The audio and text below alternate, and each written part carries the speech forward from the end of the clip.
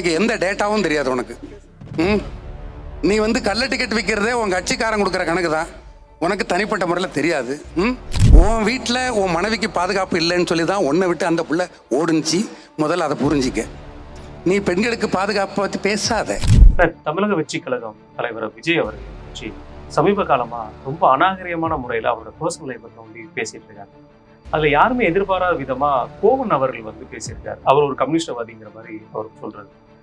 விஜய் வந்து ஒரு நடிகர். அவர் தன்னுடைய வருமானத்தை விட்டுட்டு நல்லா பீக்கில் இருக்கும்போது நான் அதை க்ளோஸ் பண்ணிட்டு நான் அரசியலுக்கு வரேன்னு வராரு. அதுக்கு இவங்க எப்பவுமே திமுக என்ன பண்ணுவாங்க, நேரடியாக அட்டாக் பண்ண மாட்டாங்க. இந்த மாதிரி வாடகை வாய்களை வைத்து, ஏவலாள்களை வைத்து, அடியாட்களை வைத்து அட்டாக் பண்ணுவாங்க.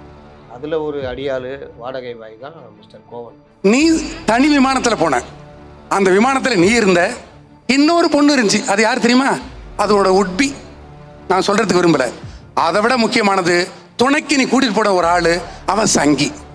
நீ சங்கீர் தான் தெரியும் தம்பி. கொண்டைய மறைக்காம விட்டட்டிய குமார். விஜயுடைய அரசியலை பார்த்து திமுக உண்மையிலேயே பயப்படுகிறது.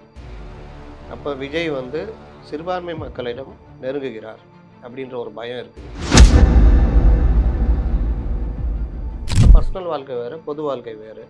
அரசியலை தான் விமர்சிக்கணும், பர்சனல் வாழ்க்கையை விமர்சிக்கக்கூடாது. ஆனால் இவங்க அரசியலை விமர்சிக்கிறேன்ற பிறகுல பர்சனல் வாழ்க்கையை விமர்சிக்கிறாங்க.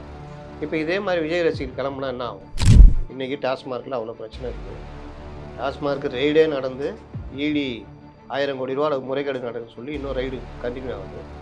அதை பற்றிலாம் பாடல் எழுத தெரில, அதை பற்றி கோவமே வரல கோவனுக்கு. அவன் பொண்டாட்டி அந்த பிள்ளைய அவன் கூட இல்லை போயிடுச்சு. அப்புறம் இந்த நடிகை சார்ட்டர்ட் ஃப்ளைட்டில் போனேன், அவங்க காசுலாம் அவர் போகிறாங்க. அப்படி பார்த்தா நீங்கள் யாருக்கு பேசுறீங்கன்னா அவங்கெல்லாம் எங்கெங்கே போகிறாங்க வர்றாங்கன்னு பேச முடியுமா? ஒரு நடிகை, அவங்க ப்ரொஃபஷனல். அவங்க வந்து ஒரு இன்னொரு நடிகையுடைய திருமணத்துக்கு சார்ட்டர் ஃப்ளைட்டில் போகிறாங்கன்னா அந்த நடிகையை கூட அந்த ஃப்ளைட் ஏற்பாடு பண்ணி எல்லாம் ஒன்றா வந்துடுன்னு சொல்லுவாங்க. போகிறதுல ஒன்றா சேர்ந்து நடிக்கிறவங்க ஒன்றா ஒரே ஃப்ளைட்டில் போனான்னா தப்பு. அதை கூட இந்த பார்வை பார்க்குறேன்னா அப்போ உங்கள் மனநிலை எந்த அளவுக்கு இருக்குது? அப்போ நீங்கள் என்ன முற்போக்கு சிந்தனை இருக்குது?